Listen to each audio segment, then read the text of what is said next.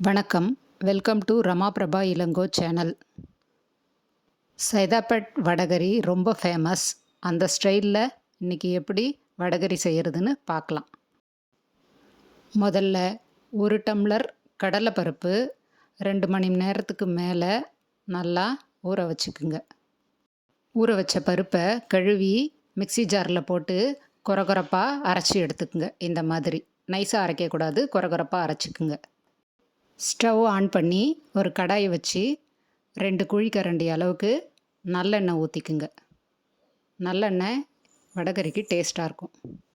எண்ணெய் காயறதுக்கு முன்னாடியே அரைச்ச விழுதை அதில் போட்டு பிஸ்ஸா சைஸுக்கு தட்டிக்குங்க. தோசை மாதிரி மெலிசாக தட்டக்கூடாது, கொஞ்சம் கனமாகவே தட்டுங்க. பிஸ்ஸா சைஸ் சரியாக இருக்கும். இதை அப்படியே ஒரு 5-7 நிமிஷத்துக்கு வேக விடுங்க. அடுப்பு சிம்மில் இருக்கணும், ஹையில் வைக்காதீங்க, தீஞ்சிரும்.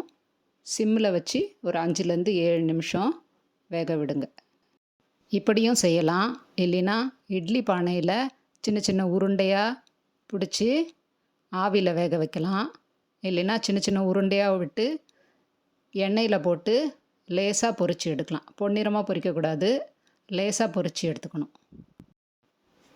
திருப்பி போட்டு ஒரு 2 நிமிஷம் வேக விட்டு எடுத்துக்குங்க. அதே கடாயில் ஒரு 3-4 கரண்டி சமையல் எண்ணெயோ இல்லை நல்லெண்ணெயை கூட ஊற்றிக்கிறதா இருந்தால் ஊற்றிக்குங்க. எண்ணெய் காய்ஞ்சதும் கொஞ்சம் கடுகு போடுங்க. கடுகு பொரிஞ்சதும் கொஞ்சம் சோம்பு, 2 பிரிஞ்சி இலை, 3-4 பட்டை துண்டு, ஒரு லவங்கம், ஒரு ஏலக்காய் போட்டு லேசாக செவந்ததும் ஒரு வெங்காயம் கட் பண்ணி போட்டுக்குங்க. ஒரு 3-4 பச்சை மிளகா கட் பண்ணி வச்சுக்குங்க.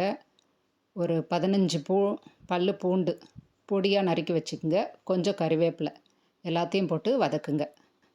உங்களுக்கு காரம் கூட வேணும்னா இன்னும் 2 பச்சை மிளகா கூட கட் பண்ணி போட்டுக்குங்க. பூண்டு வடகரிக்கு ரொம்ப டேஸ்ட்டாகவும் இருக்கும், வாசனையாகவும் இருக்கும்.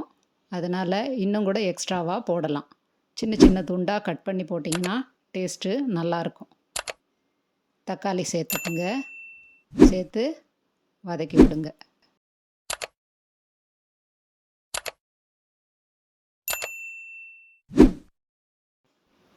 ஒரு துண்டு இஞ்சி இந்த அளவுக்கு எடுத்து தோல் சீவி தட்டி இதில் சேர்த்துக்குங்க. இல்லை இஞ்சி பூண்டு பேஸ்ட் போடுறதா இருந்தாலும் போட்டுக்குங்க. போட்டு சேர்த்து வதக்கி விடுங்க.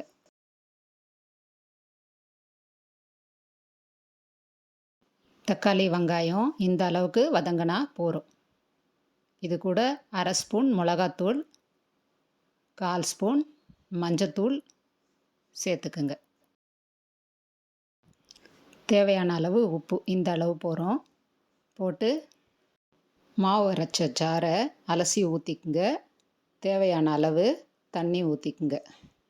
இந்த அளவு போதுமானதாக இருக்கும். இது கொதித்து வர்றதுக்குள்ளே நாம் சுட்டு வச்சுருக்கிற அடையை எடுத்து கையில் நசுக்கி நல்லா பொடியாக உதிர்த்து எடுத்துக்கணும். இந்த மாதிரி நசுக்குங்க, வந்துடும்.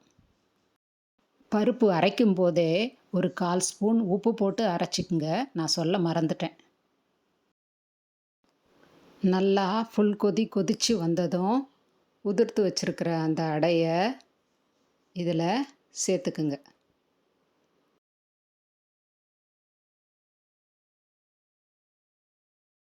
இந்த ஸ்டேஜில் தண்ணி அளவு பார்த்துக்குங்க. கொஞ்சம் தண்ணி வேணும்னாலும் சேர்த்துக்குங்க. கொஞ்சம் லிக்விடாக இருந்தால் தான் வடகரி அப்புறம் ஆறின பேர் நல்லாயிருக்கும்.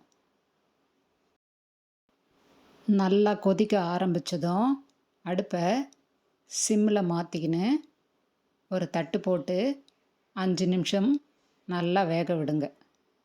மூடி போட்டு 5 நிமிஷம் நல்லா வேகணும். அடுப்பு சிம்மில் இருக்கணும். 5 நிமிஷம் கழித்து திறந்தா வடகரி இந்த பக்குவத்தில் இருக்கணும். கிளறி விட்டு ஒரு நிமிஷம் இதே மாதிரி திறந்தே வேக விடுங்க. இந்த அளவுக்கு தளன்னு இருக்கணும். ஏன்னா ஆறிட்ட பேர் இன்னும் கட்டியாக ஆகிடும். அதனால் இந்த அளவு தளன்னு இருந்தால் போதும். அடுப்பு சிம்மில் இருக்கட்டும். தீ ஹையாக வச்சிங்கன்னா அடி பிடிச்சிக்கும். 1 நிமிஷம் கொதிச்சதுக்கப்புறம் இந்த மாதிரி எண்ணெய் தனியாக பிரிஞ்சு மேலே வரும். இந்த டைமில் நல்லெண்ணெய் ஒரு 2லேருந்து 3 ஸ்பூன் 4 ஸ்பூன் கூட மேலே ஊற்றிக்குங்க. வடகறிக்கு நல்லெண்ணெய் தான் நல்லா டேஸ்ட்டு கொடுக்கும். இன்னும் கூட நல்லா சேர்த்துக்கலாம். நல்லெண்ணெய் சேர்த்துக்கின்னு வெட்டி வச்ச கொத்தமல்லியை தூவிக்குங்க. இந்த அளவு கிரேவியாக இருக்கும்போதே அடுப்பை ஆஃப் பண்ணிக்கோங்க. ஆறினா இன்னும் கட்டி ஆகிடும். வடகறி ரெடி. இந்த வீடியோ உங்களுக்கு பிடிச்சிருந்தா லைக் பண்ணுங்கள், ஷேர் பண்ணுங்கள், சப்ஸ்கிரைப் பண்ணுங்கள், கமெண்ட் பண்ணுங்கள். நன்றி, வணக்கம்.